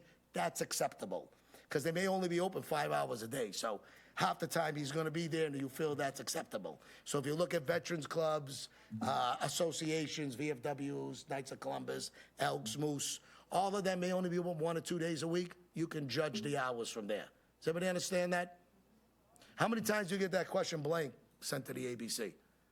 All right, so we have to send it back to them and have them amend it and send a copy to the local boards and to us, so you could see if you have a problem with what that person says. Any questions? Yes? If you have a licensee that on their application said they were gonna be there 40 hours a week, but you know that they're spending 6 months in Florida, is there any mechanism available to get them to transfer the management record, or do we just have to? That's a good question. So I don't know if everybody heard over here, say if you have somebody put down they're gonna be there 40 hours a week, and they go away for 6 months a year. Okay, your board has all the right to question that. And what you would want to do, working with your police departments and everything, is you wanted to be able to establish a pattern. All right, that you sent a police officer there every day, asked for this person, he wasn't there. The bartender told you he's away in Florida for 6 months. Your liaison officer writes up a report to your board saying, we went there for this many months and this is what we have found. All right, that means there's no supervision. You have the right to call in for an informational hearing or charge that person under Section 26 of not fulfilling his duties. All right, and then at that point, you bring them in. Now, when I say the police liaisons, if you are a commissioner, you cannot be involved in an investigation. You can't say, I went there, I say I'm the chairman of the board, or I'm one of the associate commissioners. You can't say, oh, I went to Sacramone's pub. I asked 3 times, told me the manager is there. You're disqualified from the hearing. All right, you have to recluse yourself because you're involved. You cannot be there. All right? That's why you use the police departments and your liaison inspectors or whatever you have over there to establish the reports together to present to the commission. Then the board members will look at them and say, we feel this is unacceptable. You can send them for an informational hearing, bring them in and say, look, this is what we found. We want a manager in 30 days, an application for a manager in 14 or 30 days to present to this commission. If they defy you, then you can charge them and you can suspend their license indefinitely until they get a manager. But you have to go through the due process. So you have all the right. So use your police department liaisons, the investigators, for anything you have. You get a complaint, all right? The licensing clerk can't go and investigate the complaint. The board member can't go and investigate the complaint. Have the process, turn over the police department. If it's overcrowding or over service, minors, turn over the police department. Let them do their due diligence. They're good at it and they're trained at it. Plus, they're a neutral party submitting the evidence to the commission, saying on this date, this time we went in there, we found 2 minors in possession. All right? You can't say that, oh, I'm the chairman of the board, I went in there and I think I saw 2 minors in there. That's not a charge. So it's important you do it that manner. Any questions on that? All right, and then, of course, the bottom of number 10 under the manager talks about disciplinary action. That's a good thing to look if the manager is really doing a good job. If they list 2 sheets of all the establishments they work at and it's out of control, hello, that gives you a good duty to ask questions why that is. All right? Why was that licensed premises out of control? The next one of the biggest problems we see is on the corporate vote. An unauthorized person signing this. The only ones that can sign the vote, it's not, all right, is the corporate clerk has the right to sign the vote. The president has the right to sign the vote if they've been previously approved or been appointed by either their board of directors or everything, all right? If it's an applicant, if a manager is signing the corporate vote and he hasn't been approved yet, does he have any authority? No, because the authority has to be given from the corporate board. So it's important on that. You want to look at question number 6 when you see somebody sign it. If it's the corporate secretary or if it's the LLC manager, they have authority. Sometimes boards give authority, like say you're with Friday's Corporation. Sometimes they give the manager of the store authority to file for changes like alteration of premises. But there's a letter there saying the board has authorized Ralph Sacramone to move forward on this application. Or they authorize this director to sign. So that's what you want. You want to make sure it's done right. And all transactions checked off. So if it's a new license with a pledge, you want both of those checked off. All right? And the name of the manager to be listed and the proper authorities on it. We standardize this form to make this user-friendly for everybody. Before, we used to let you write whatever you want. So when someone come in for a license application, they just put down, yeah, my board approves the new license application, but never appointed the manager. so we'd have to send the corporate vote back. But now we base it all out for all to be successful for everybody gets it. So you want to make sure the right person's signing and all transactions are signed off. Same thing with the next page, the applicant statement. The applicant statement is only someone with authority has the right to sign this. All right, same rule as we talked about previously before. Only reason I'm saying to this, these are the issues we see with the applications. So you want to be able to grab these up front. All right, and the last page of this is what everybody here is familiar with, is the LLA certification form. This is the statement that you are submitting to the ABC, that you've done everything according to what Chapter 138 and the procedures were on approving an application. So if it's a new application, you checked off the box, you wrote the correct names in there, the addresses, the type of licenses. You also verified that it was advertised and that abutters notifications were done, and any other condition you want to tie, you place this to it, and your board members need to sign it. Now, do all board members need to sign it? It's up to your board and your legal counsel. If one person has to sign, or if there's a 3 or 5 member panel, all have to sign. That's under your jurisdiction. But this is important because this is the legal document that's telling us to move forward on an application. Without this document, the application will not move forward. You'll get a call from either like Herschel or Sabrina or Sean saying you're missing the LLA certification. The application will sit there until it comes in, because we have no authority as the ABC to move forward until we have a signed document stating what it is. Any questions on that? No questions? All right, to get into the next thing as we continue with role of a regulator is the ABC oversees 35,000 licensees throughout the state. Out of that is like 13,000 what we call retail licensees that everybody in this room takes care of. All right, there's like a little bit over 9,000 on-premise licensees. That's like restaurants, hotels, veterans clubs, regular clubs, country clubs, you name it, continual care facilities.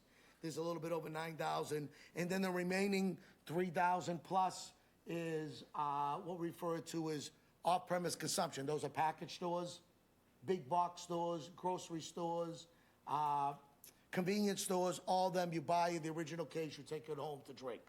All right? The issue we have is we have a large amount of people to deal with. Same thing that you have in the municipality. We know that you have dual roles. Some people are doing licensing, not just for alcohol. You're also doing car dealership license. You're doing junk licenses.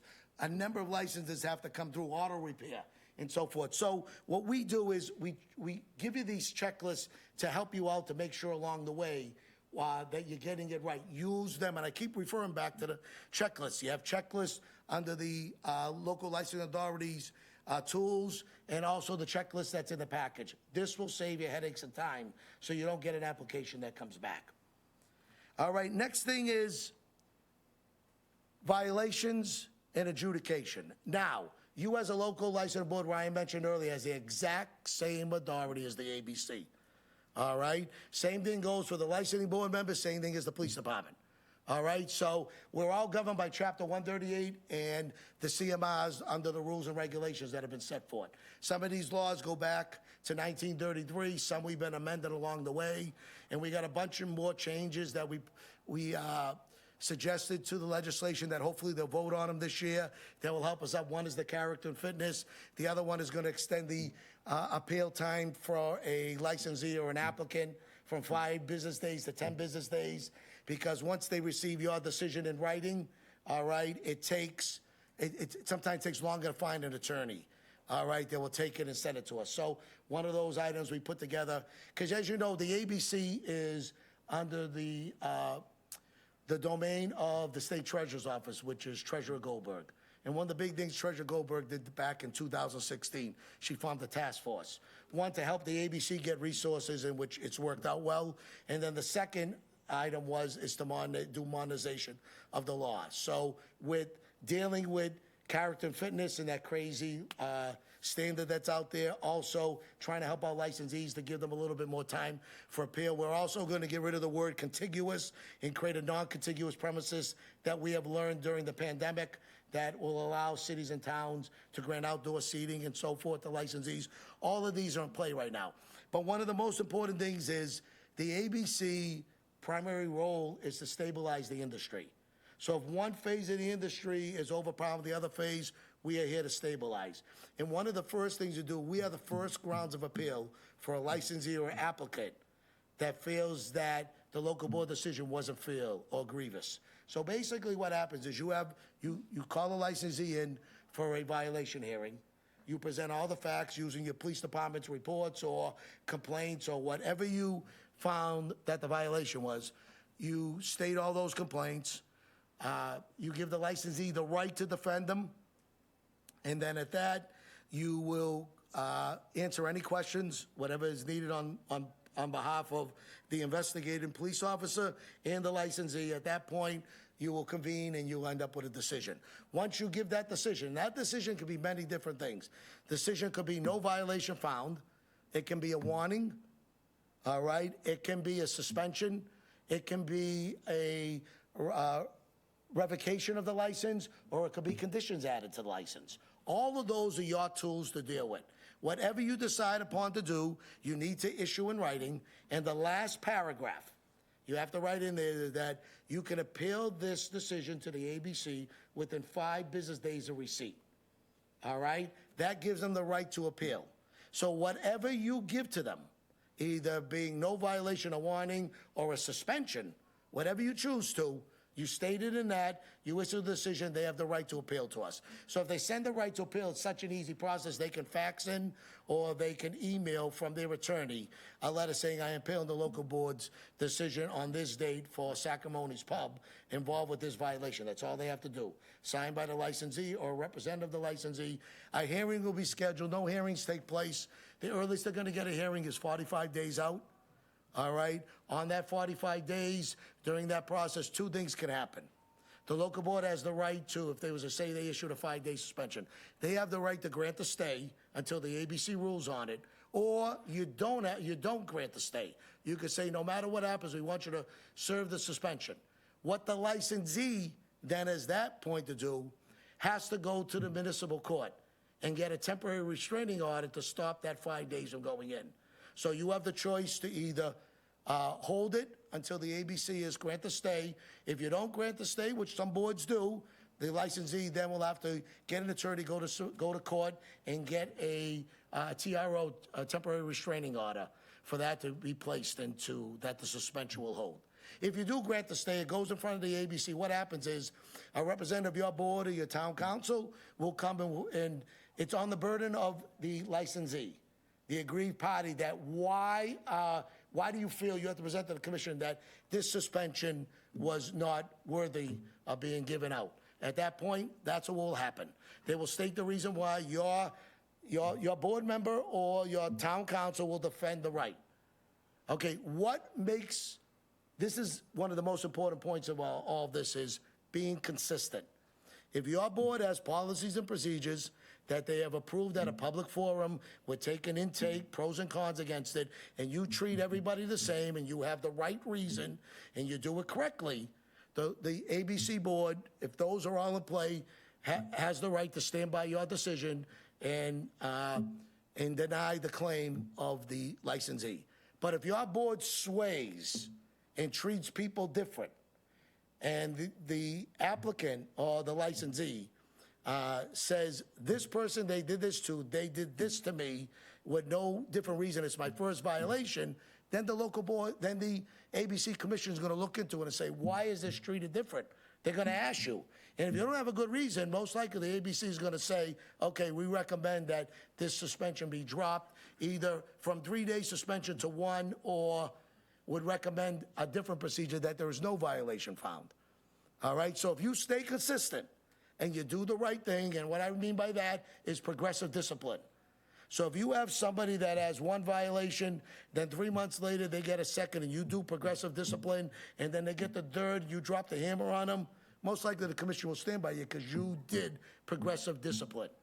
And you set your format out there and your policies and procedures saying, if this is your first offense, you can receive a warning up to a 3-day suspension. If it's your second offense, it could be a 3-day to a 7-day suspension. You want to lay all this out so when you issue a license, and a license is a privilege, it's not a guarantee. So when that person takes that, they know the rules right up front, and you're treating everybody the same. So that's the important part about it. By treating everybody the same, the commission may rule in your favor. All right? If you're treating people different, they may rule different against you. So progressive discipline is one of the most important things you want to deal with. The other thing is make sure you are working with your town council on the proper charges.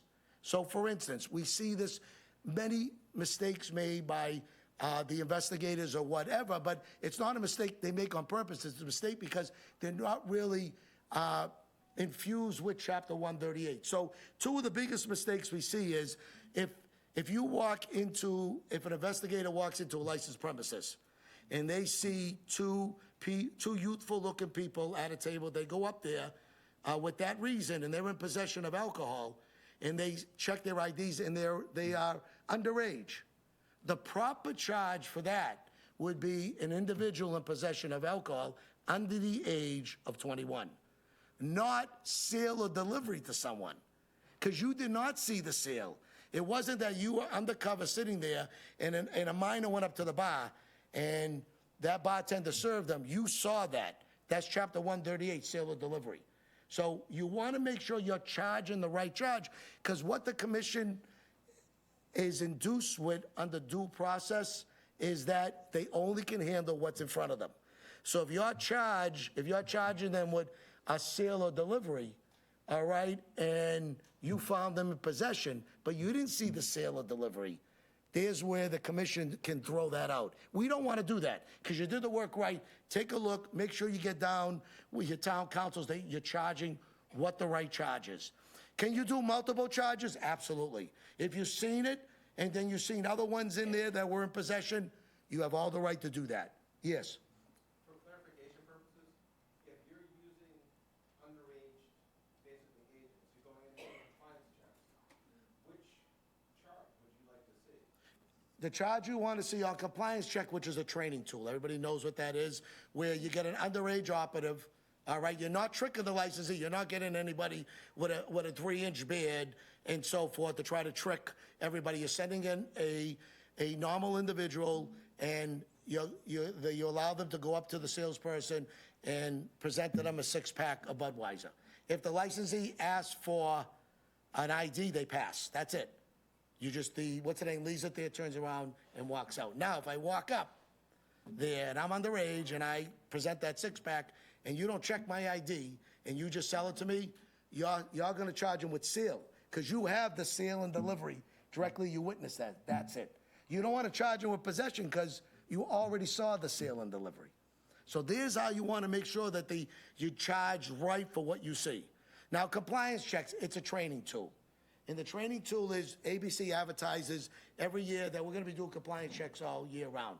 If you're a local police department, right before you do it, advertise in the local papers. You can do it January 1st, and for the entire year of 2023, we're going to be doing compliance checks. You advertise right.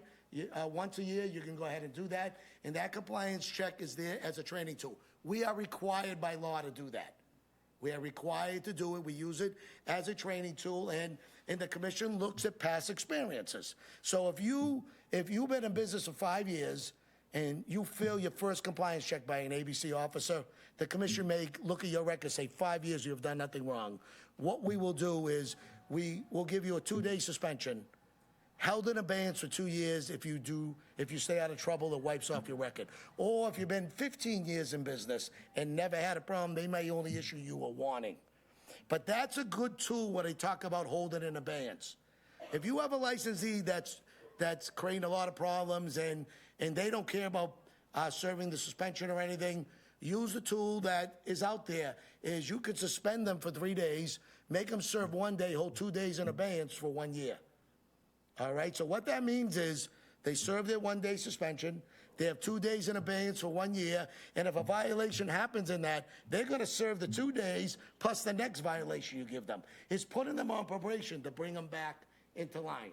You also have other tools there. If a licensee, if your police department is strained every night on Friday and Saturday at 1 o'clock in the morning because of disturbances out in front of this bar, all right? They're constantly getting calls that the bar is out of control after midnight. You as a local board, you have to take responsibility because you as a board are responsibility for that neighborhood and what goes on, plus your responsibility to enforce to the licensee that they maintain control of their licensed premises. So if you get a licensee that comes in, first offense, you can give them a warning or you give them a 1-day suspension.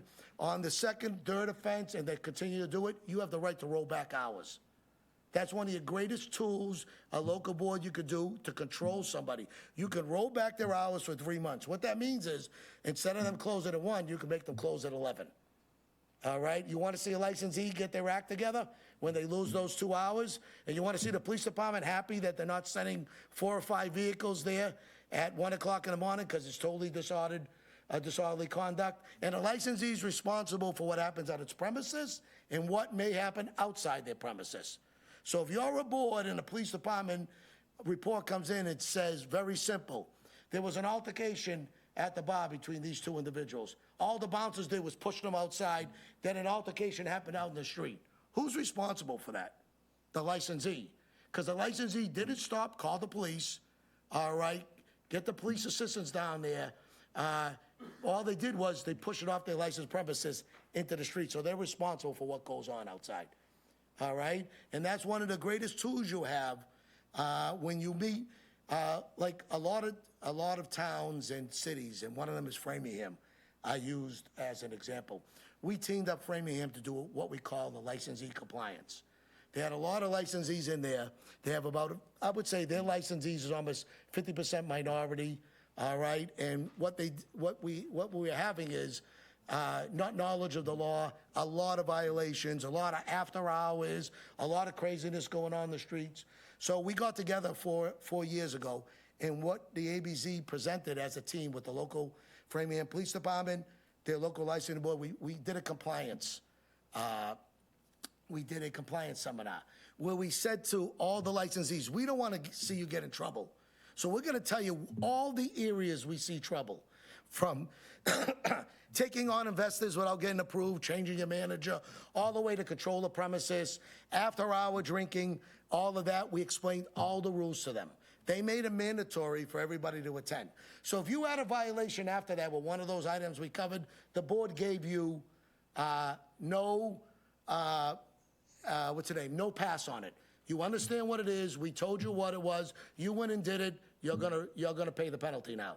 All right? But they got the licensees in there. What happened, violations, after these training seminars, violations dropped dramatically. Because we were telling them, you don't have authorization to go buy a case of beer from the package store. You can't drive to New Hampshire and get a 10 case of beer because it's cheaper than the Massachusetts wholesalers. And in the room, a lot of people looked amazed that they couldn't do that. All right? You can't be delivering alcohol without a license. All right? So all of this got together, and what we did was 2 things. We told them what was going wrong. We gave them the opportunity to correct it. Second of all, we increased the education, because our phones light up 2 weeks every time after we have these seminars. From the licensee, ask them, can I do this? What's the procedure? The same thing with the local board. And that's what we did. We got compliance. It's worked out so good. We do it in Worcester now. We do it in Springfield.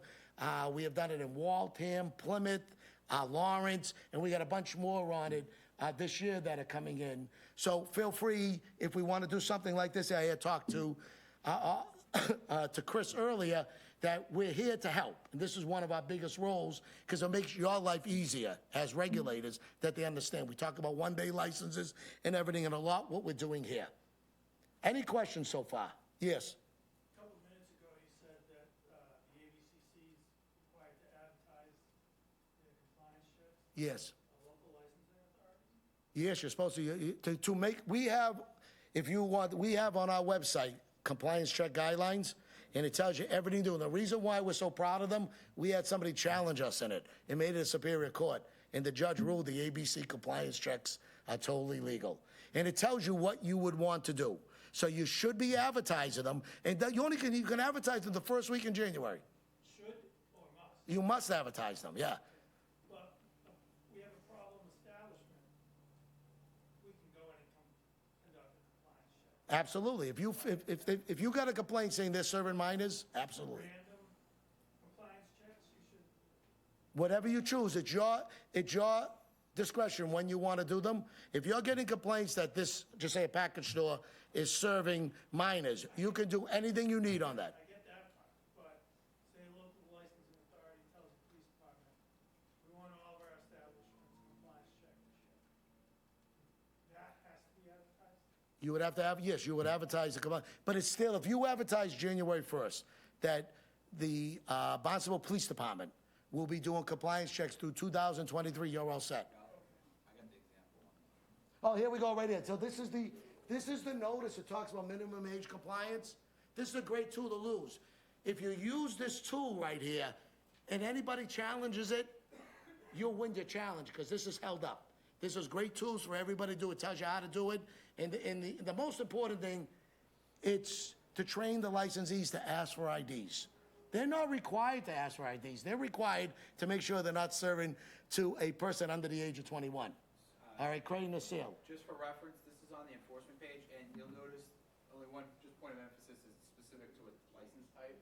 They were doing a different type of compliance check, so I would talk to your town's legal counsel before you issue the advertisement. So, but this is an example. Did that answer your question? That answer? Very much. All right. Now, go ahead. Kind of a follow-up to this question. So if the police department is gonna do a compliance check, does that require a formal, vote of the licensing authority, or can the licensing chairman authorize the police to do the, Your discretion, whatever you want to do. either way? Yep. The law requires the ABC to do compliance checks. All right, so you have the same role as the ABC, so whatever you want to do. Necessarily have to get a formal vote of the board. It's up to you. I really can't answer that question because I don't know the rules and bylaws of your board. So I would check with your town council, whatever you want to do on it. The key is the advertising. Once you advertise it, it's key to go. Somebody had a question? Yes. I just have a question because on your compliance check, it specifically says age. Can you omit that in your advertisement so you can do a compliance check on hours, managers being there for 40 hours, things like that? No, that's totally different. This is the requirement for compliance checks yes, exactly. That's what it is. Those other ones, you don't need to advertise. If you feel there's something going on, you have the authority as a regulator to send the police department down there, wherever your inspectors are, to handle the complaint or whatever way it is. You don't need any permission. You can do that all undercover, whatever you need to do. You have the right. Anything at all under Chapter 138. This is the thing we do about advertisement, so it doesn't look like entrapment. And this is a tool to say, okay, licensees are good. You know, I mean, we want people to pass. We don't want people to fail. All right? That's why we tell them, just check IDs. And of course, you got to make sure it's not a fraudulent ID. So if I go into the Ralph Sacramone, but it's my sister Donna Sacramone's ID, then that's on you. You know what I mean? So it's on the licensee to pay that. Yes. I just wanted to point out with the compliance checks, once that annual advertisement has been made, the police department, if the police department says, hey, you know what, we're gonna go out and do compliance checks, we don't need authorization from the licensing authority to go do that. The police department can say, we're gonna do that as enforcement action. It has been properly advertised by the licensing authority. And we may work in conjunction with the licensing authority, but we do not have to go in front of the licensing authority, whether it be an independent authority or the Board of Selectmen to ask permission. Any other questions on that? And one other thing I want to talk about, a very serious subject that we're seeing going on is deliveries. All right? As we saw as a result of the pandemic, deliveries have gone up 300 to 500% throughout the country. All right? So that is a very serious item to take a look at it, because as you see the result of Amazon and everything can get delivered. Alcohol has fallen into that whole encumbrance. One thing to let everyone know is you always could deliver alcohol. If you were a package store, all right, and you had a Section 15 license, you could apply to the ABC for a $150 transportation permit. And it's under, Chapter 138, Section 22. You get that permit, it could be under a company vehicle or an employee's vehicle assigned to that Sacramone's package store. And then what I could do is I could deliver for that package store directly to consumers. All right? One thing to remember, it's just like the requirements we say at the brick and mortar. So if someone walks in and you feel that that person may not be of age 21, it's your responsibility. Either check the ID and prove that they're over 21. All right? The same rule goes for the delivery to the house. You extend it out to that front door. Now, let me tell you how smart the kids are. They figured out what package stores check IDs and what don't. And working with parents, and we had an example up in Winthrop, we got a call from this mother saying, my daughter ended up in the emergency room with alcohol poisoning. She goes, I figured out what's going on. She says, they're all getting together at this house, and they're ordering from this package store because the gentleman doesn't check IDs, and they're tipping him $40 a delivery. So what we did, work with the local police department, all right, and we realized that basically the driver was in on it, he knew. So working with the local police department and my ABC investigators, we did a sting operation, and exactly right, 3 deliveries went in, all not checking, the guy was taking 40, didn't even care at all. So what we did was the police department charged the delivery person with supplying alcohol to someone under the age of 21. Also, the ABC charged the package store because it's extension of the package store. And the commission took a very, very serious charge against them, and there was a heavy suspension given on it. And then we can't say those are far and in between, but they're smart. We've seen the exact same thing work with the campus police around Boston College, Holy Cross and everything. All those package stores that were very weak with checking IDs were getting a lot of business. So working with them, as I say to the police departments, you do compliance checks of brick and mortar, do compliance checks on deliveries. All right, you'll figure it out right off the bat working. And if you search social media, which the police departments are real good at it, someone will give up what's the easiest way to get it out of what package store. So, our goal is this, is to keep alcohol underage. Because you know what happens between, never mind the physical assaults, the sexual assaults that happen when there's liquor involved, it's when that person gets in a car and ends up hurting themselves or hurting other people. And this is the biggest time of year we're coming into with graduations. So we really want to say you need to get on it because we got one worse thing going on, third-party delivery services.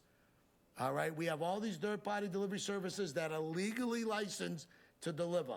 Their rules and their guidelines were thrown out the window. So a number of them we've been working with, but we have done compliance checks. And I'll give you one about a severe case we had. We had 23 compliance checks done on this one delivery company. How many do you think they failed? How about 23? Over a 2-night period, and we told them on the second night we're doing compliance checks, and they still failed. All right, so of course we bring in the corporate people in. Now they got all these other procedures into place. There are many, many delivery services. I'm not throwing them all under the bus, but we're putting the onus on the licensees that are hiring them too. Because if that alcohol leaves Sacramone's package store and I hire a third-party carrier and that alcohol ends up at 10 Main Street and someone leaves there and kills somebody, a good attorney is going to bring it all the way back to the original source. So it's a big thing. We're really educating licensees when you're hiring third-party carriers to make sure they have ID checking process in place that you can audit and so forth. And we have really pounded out enforcement on this. We have had some egregious actions where third-party carriers were delivering to individuals standing on a corner with a knapsack and not even checking the ID. All right? But it's out there. Want to let you know, you're going to see more and more of this, especially coming into your season down here. So it's a great tool to educate your licensees about how important it is with deliveries, that it's the exact same rule at the front door of that establishment as it is at the brick and mortar. One thing to remember, and I always tell the licensees, you cannot get in trouble with refusing to serve someone. You are totally protected because it's your discretion to serve that alcohol. If you feel that that ID is not correct and you feel that that person is underage, you are not going to be ever faulted by the ABC or your local board.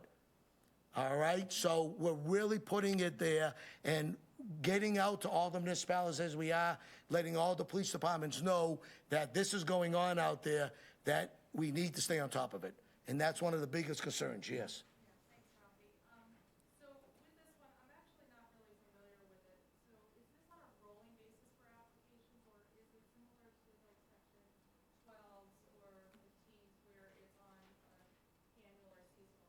All right, so basically, we'll get to this question is about transportation license. So if you're a Section 15, all right, which is a package store, big box store, supermarket, convenience store, you have the right to apply for a transportation license.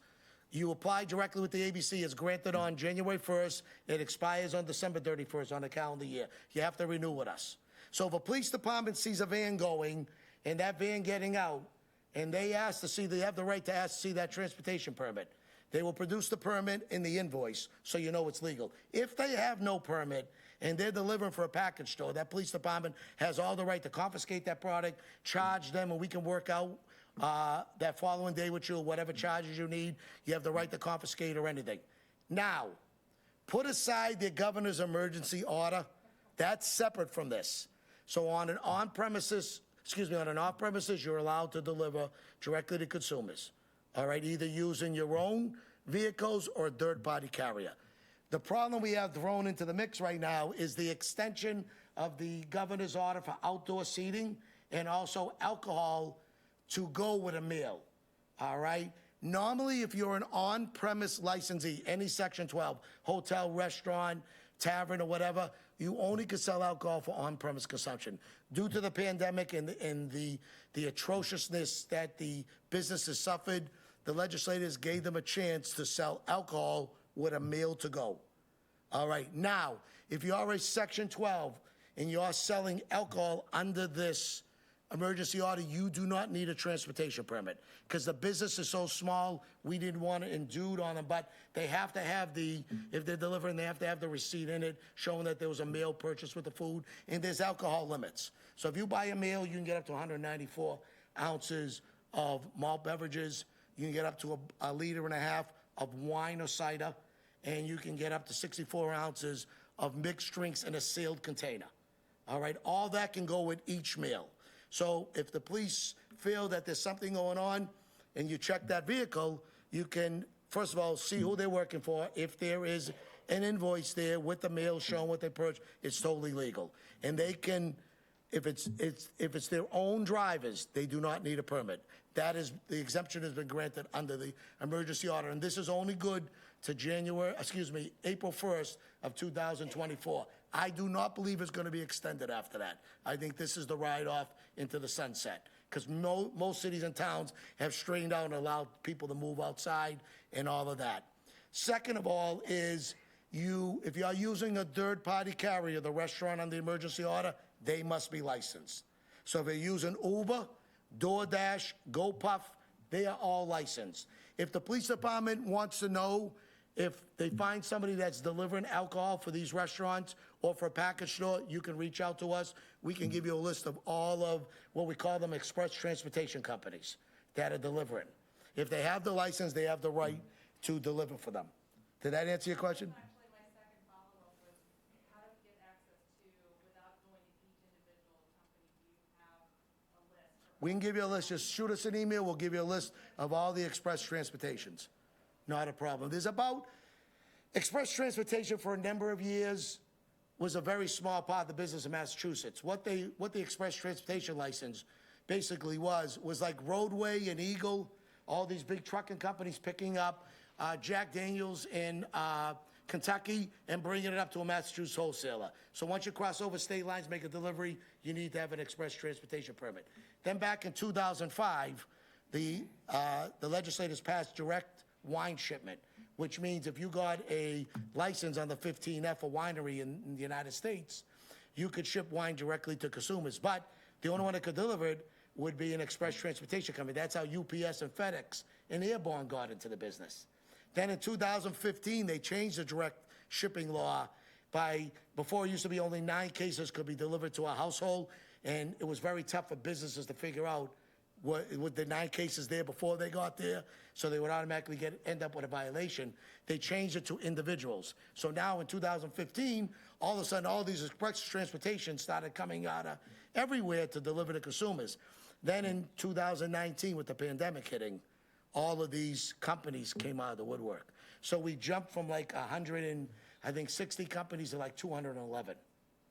All right, so that's how many are. And some of these licensees have 600 vehicles on the street that are licensed. So if you're a regulator, police department, and you question that vehicle, they must have in the vehicle either an electronic license and a copy of the invoice. If they don't have the electronic license, that's a charge. So you can do what you need to do on that violation charge.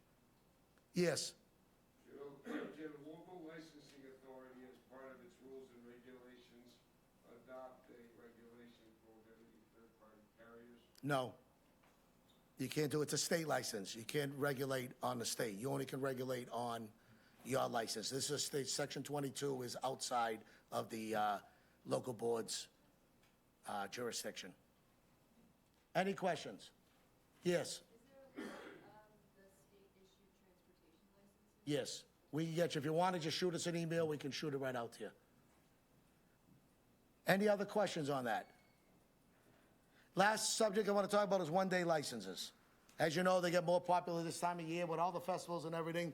One-day license is total jurisdiction under Chapter 138, Section 14 of the local licensing authority. All right, the guidelines we give you is this. You can never issue a one-day license on a licensed premises. So it can never be on a restaurant, it's already licensed, a package store, or anything like that. You can issue it on the non-licensed premises. So my best example, Oktoberfest, or we'll just call it 4th of July weekend. A Sacramone's Pub is licensed inside the building. They want to do a beer tent outside. That's outside the licensed premises. They can get a one-day license with the local board if the local board feels there's a public need for that. And all I can get, because I am a for-profit entity, is beer and wine. And what happens, the beer and wine has to be ordered on a separate invoice, delivered to that site outside, and sold and controlled only for consumption on that site. They can't walk back and forth from the parking lot into the restaurant with beer, and they can't take alcohol from the inside of the restaurant to walk outside. So if it's a non-licensed premises and you feel there's a public need for it, and you feel the proper control there, you can add any condition you want to that license. You can require police officers, you can require the time, you want everything in writing for them so you can make a decision. When's the event occurring? How are they creating security? When? What is the delineated area that they're requesting, and how are they going to control to keep alcohol in that premises? It's all under your privy. Now, for any nonprofit association that can prove that they're a nonprofit registered with a 501c or whatever they give on it, you can grant them a one-day license and for all alcohol. Does everybody understand that? That was the original goal in the interpretation of law, was nonprofits could get all alcohol. Now, you also have not-for-profit entities. For instance, say that there was a fire and this family lost everything. All right? You got a bunch of these neighbors together. They rented out a facility that doesn't have a liquor license. They're going to raise money and give all the money to this family. They are not for profit. You can take your jurisdiction and issue them a one-day license if you choose to with all alcohol. It's up to you under your discretion on that. But if they hire a caterer or they're hiring someone that is a profit company, they only can get beer and wine. If they pull it themselves under the nonprofit or not-for-profit entity, it happens all the time. Like, say a young person comes down with cancer, they want to do a fundraiser, they rent out whatever place that doesn't have a liquor license. It's your discretion what you want to do. What happens is this: they have the person, the nonprofit, or the individuals not-for-profit have to buy the alcohol from an authorized source. They can hire anybody to serve it. They want to bring in a bartending company or whatever, but they have to order all the alcohol for them. If they hire someone else to order it, then they lose their exemption. Then it's a for-profit entity. So you can use what you need on that and so forth to help out on that. One-day license can be issued to anyone. And it can be issued to an existing licensee as long as it's not on their premises. All right, some people have a feel that if you have a license, you're disqualified. You're not. Yes? What about if a pending application wants to get as many one days as they can until their application is approved? All right, it can. Once, the question is, what happens if somebody has a pending application, wants to get 1 day at that premises? No, once they file the application, that premise is disqualified for 1 day. And BYOBs is disqualified for. You cannot bring any alcohol onto a proposed premises. All right? Now, if in advance you approve them for an event, then they decide to apply for the license, that pre-approved event can take place. All right? But after that, no more can be issued. And the key thing you want on that is communication with your police departments. If there's a one-day license going off, you want to make sure the police department's tied in so they know that at this facility, there could be 100 people there. All right? So you want to, as part of your description or information given by the licensee, you want to get projected people, because we have seen some crazy, there was a big one in Milton where a person got a one-day license for their house and 1,000 people showed up at the event. A total gridlock in that area, police knew nothing of it. So it's communication that's needed. Those are far in extreme, but you have all the authority, and you have all the authority to deny it, and they cannot appeal to the ABC.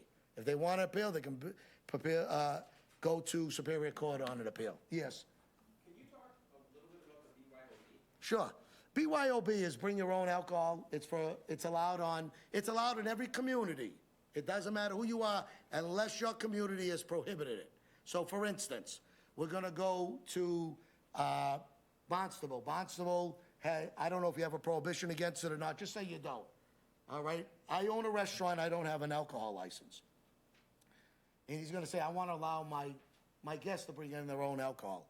And if you don't have a problem with it, it's allowed. Now, you may wanna put conditions and standards on it, you have the right to, or you have the right to totally bar it completely.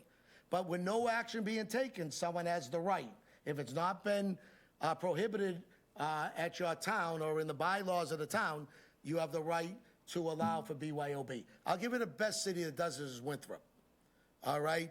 Winthrop has a couple of these restaurants that sit on the beach. They don't want to deal with alcohol. So what Winthrop does is allow for BYOB that can be brought onto the non-licensed establishment. They allow the licensee not to touch that alcohol at all. Excuse me, the restaurateur can't touch that alcohol at all. The patron who brings it in serves it to themselves and takes the bottle with them when they leave. All right? Those are rules that the town set. All right? Because the minute you're BYOB and you're on the establishment, and if it's my restaurant and I would tell these restaurateurs without liquor license to speak to your counsel, the minute you charge a corking fee and the minute you stop pouring it, something happens, any good lawyer is gonna bring it all the way back to everybody touching it. You don't even own the product, all right? So it's important that they seek their own counsel in that matter. But if your town is prohibitive, they won't be able to do it. If they're not, if you're gonna allow it, set guidelines, that's all.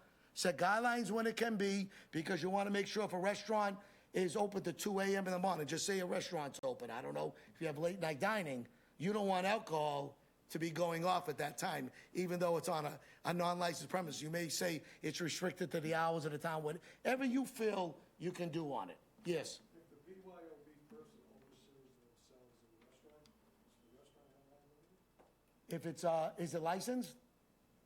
Or non-licensed? You're talking about BYOB with a non-license? I'm not an attorney, I can't answer the question, but they'd have to seek their own counsel on that. That's why if you don't touch it, and this is what people have said, if the restaurateur does not get involved in that, you have some type of defense. If you're charging a corking fee and you're pouring it, you're opening the bottle, you could have some liability. I have nothing to do with it whatsoever, but the person, he or she overserves themselves, I observe it, and they want to kill somebody as a result of driving from my restaurant. I have nothing to do with it. I don't know. I can't even answer it. I mean, it doesn't, I mean, there's a lot of liability, may not be none there. I mean, it's also the host party. You saw what happened recently, like maybe a couple of years ago up in Andover. The parents allowed the kids to have a party. Person walked out, drowned in the creek.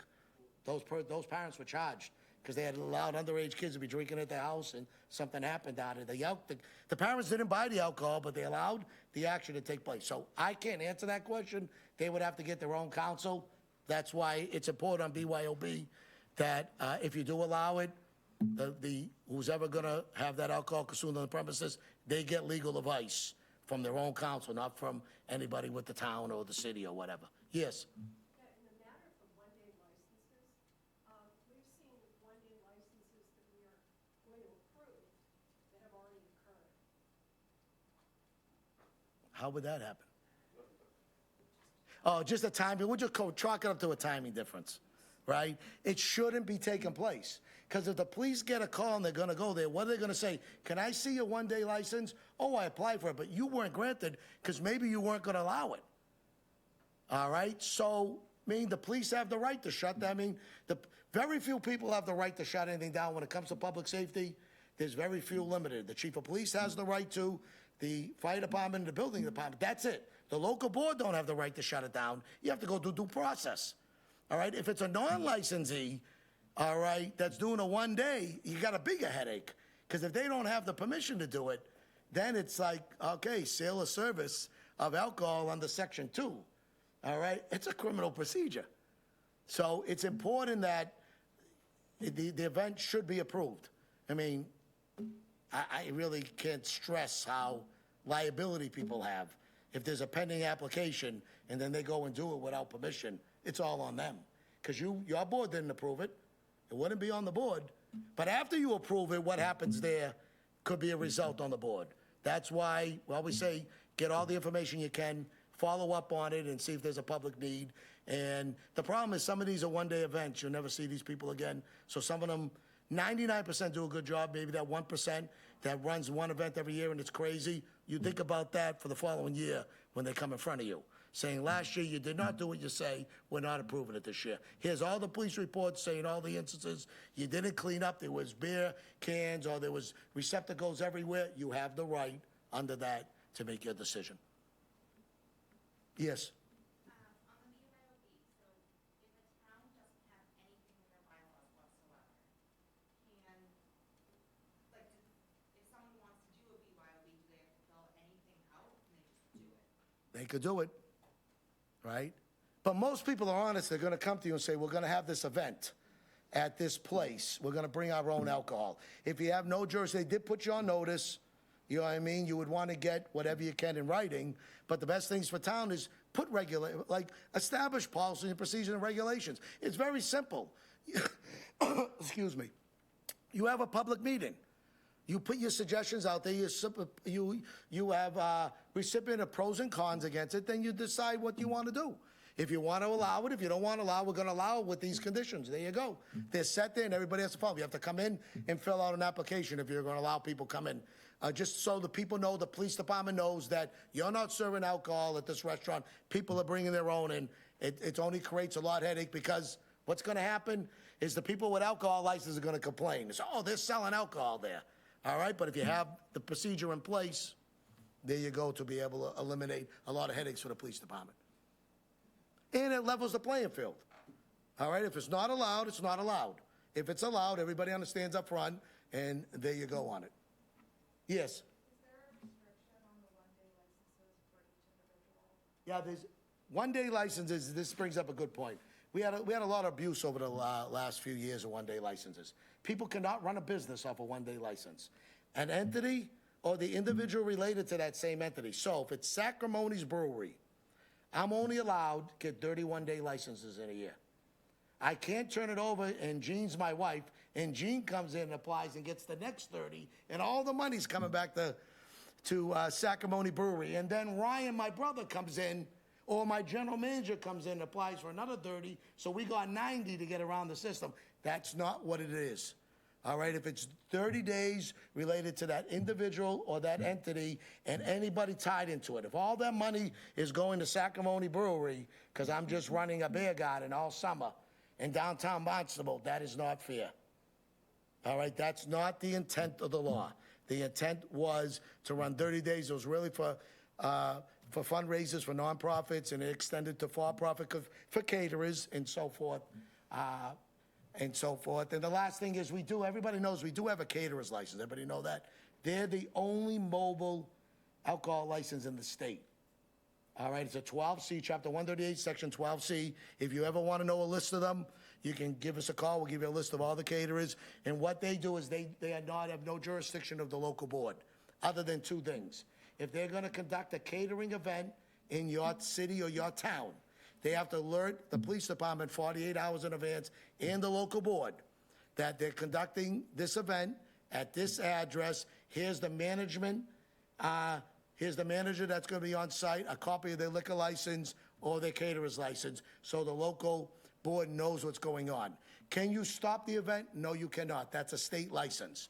But if that person you feel has no control or whatever that event, you can file with the ABC. We look at those very much. And what it basically does, they're 5-hour contracts.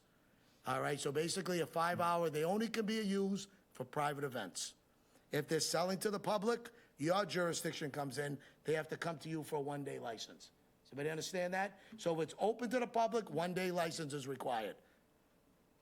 All right, if it's not, if it's private event, they just have to do their regular notifications, and at that point, caterers are different from mobile bartending companies. Mobile bartending companies are just service.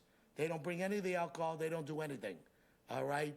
Caterers are in possession of the alcohol. They have to serve alcohol at all their events.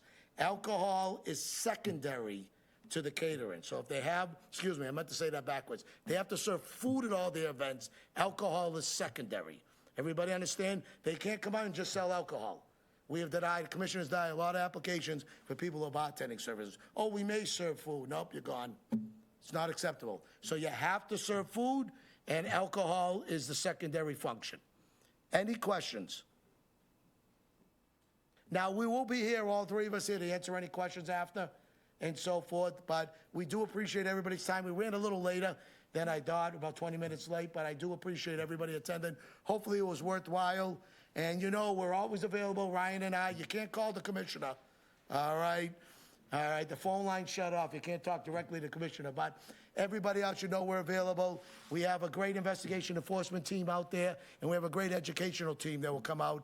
And if your areas want to get involved and training directly with the licensees of compliance, Chris knows how to get ahead of me. We can just hook all up, which is all, and come out and do a presentation to them. Any other questions? Thank everyone today.